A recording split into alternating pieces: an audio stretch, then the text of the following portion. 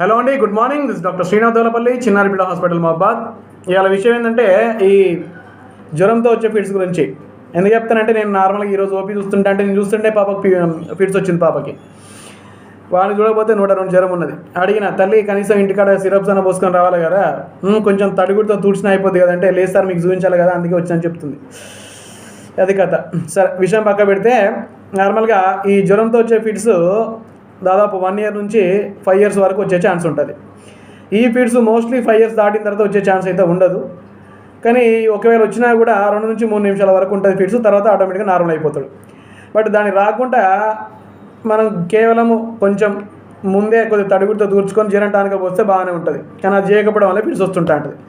సరే ఒకవేళ పొరపాటున ఫిట్స్ వచ్చిందనుకో మనం ఏమేం చేయాలి, ఇది ఇంపార్టెంట్. ఏంది ఫస్ట్ వాడిని లెఫ్ట్ లాటరల్ అంటే లెఫ్ట్ సైడ్ పడుకోబెట్టాలి వాడిని రాగానే. ఒకటి. రెండోది ఏంటంటే ఫస్ట్ తడిగుడితో తుడిస్తూనే ఉండాలి, వాడిని బాడీ మొత్తం తుడిస్తూనే ఉండాలి. కొంచెం ఒలుసాలగా అయిపోతే వాడికే ఫిట్స్ తగ్గిపోతుంటుంది. తర్వాతకి వెంటనే హాస్పిటల్ పట్టుకపోవాలి. కొంచెం జ్వరంటానికి ఇట్లా పోసేసి తర్వాత హాస్పిటల్ పట్టుకపోవాలి. చేయకూడదు ఏంటనేది చాలా ఇంపార్టెంట్. ఎందుకంటే చేయకూడదు ఏవైతున్నాయో అవే చేస్తున్నారు జనాలు. కాలుస్తున్నారు వానికి, ఇక్కడ కాలుస్తున్నారు ఇక్కడ కాలుస్తున్నారు, అది కాల్చకూడదు ఒక పాయింట్.